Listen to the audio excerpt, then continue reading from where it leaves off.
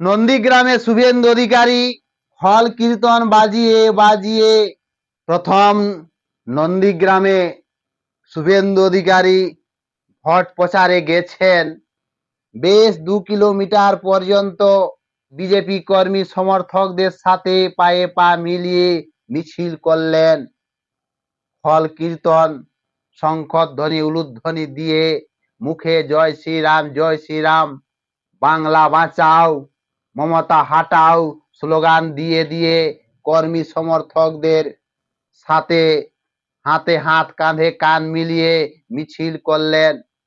কেউ এসে নিয়ে শুভেন্দু অধিকারীকে জড়িয়ে ধরছে, কেউ এসে নিয়ে পা ছুঁয়ে প্রণাম করছে, কেউ এসে নিয়ে ফুলের মালা পরাচ্ছে, কেউ এসে নিয়ে পুষ্পবৃষ্টি করাচ্ছে, কেউ বা উত্তরী পরিয়ে সম্বোধনা করছেন।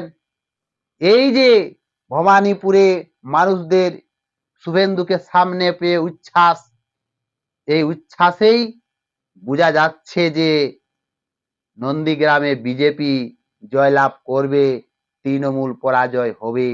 যেখানে মমতা ব্যানার্জি পাত্তা পায়নি, সেখানে ওই পবিত্র কর পাত্তা পাবে।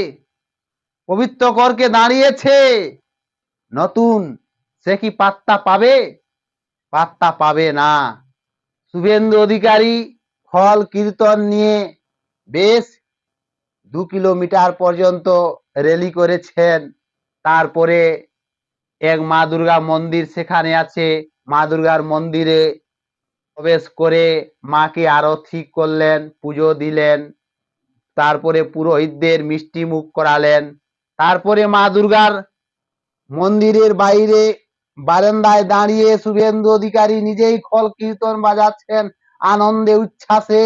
সেই সময় দৃশ্যটা দেখুন, এই হচ্ছে উচ্ছ্বাস, আনন্দের উচ্ছ্বাস। এই জয় বিজয়ের জয়, যেভাবে আনন্দ উচ্ছ্বাস করছেন, এটা হচ্ছে আনন্দের জয়। নিজেই খল কীর্তন বাজিয়েছেন কর্মী সমর্থকদের সাথে। তারপরে ছোট্ট একটা সভা করেছেন। সেই সভায় কি বলেছেন শুনুন। আমাদের এটা সভা নয়, জাস্ট এত মানুষের সমাবেশ উপলক্ষে জাস্ট আপনাদেরকে সহযোগিতা করার জন্য একটি ক্যাম্প। মমতা জনার্দন, সুনীল কর্মকারের মতো অনেক বর্ষিয়ান নেতা যাদেরকে দেখে আমরা বিজেপিতে এসেছি, তাদের সকলকে আমি দায়িত্ব দিচ্ছি, নির্বাচনটা আপনারা করবেন, যখন দরকার আমাকে ডেকে নেবেন। ভারত মাতা কি। আগামী 27 মার্চ রামনবমীতে দেখা হবে, আগামী 25 তারিখে কর্মী সভায় দেখা হবে, আর আগামী 30 তারিখ মনোনয়ন জমা দেওয়ার দিন আপনারা সবাই আমার সাথে থাকবেন হলদিয়াতে।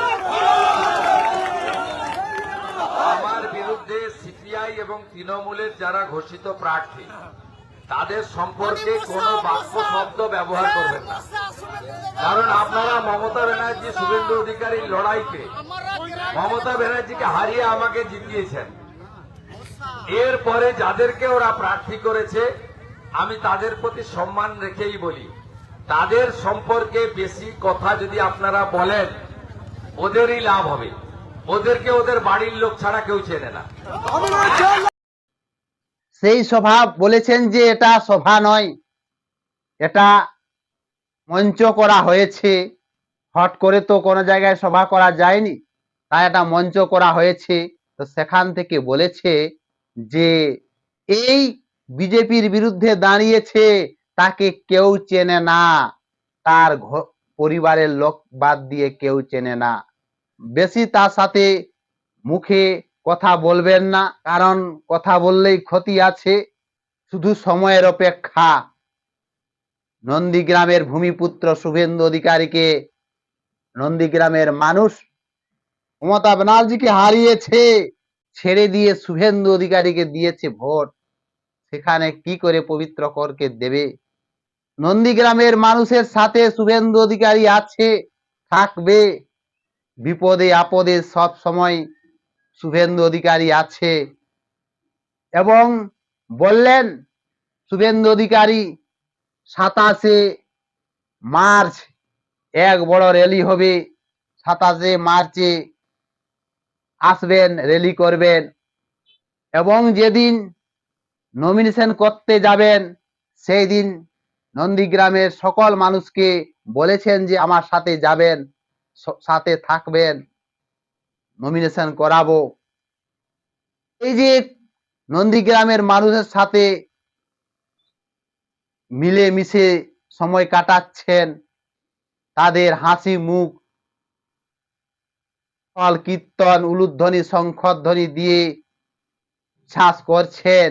এই উচ্ছ্বাস দেখেই বোঝা যায় যে নন্দীগ্রামে বিজেপির নিশ্চিত জয় আছে, তৃণমূলের পরাজয় আছে। এই যে উচ্ছ্বাসের ভোট, এই ভোট কাউকে দেবে না, এই ভোট কোথাও যাবে না।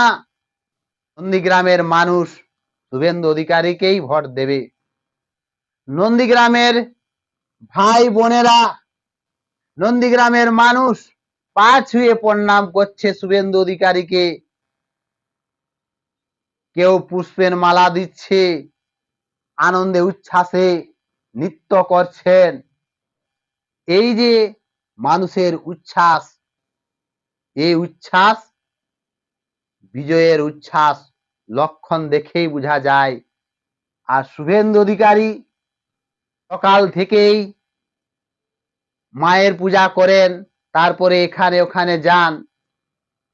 আজকেও মায়ের এখানে মা দুর্গার পুজো করলেন।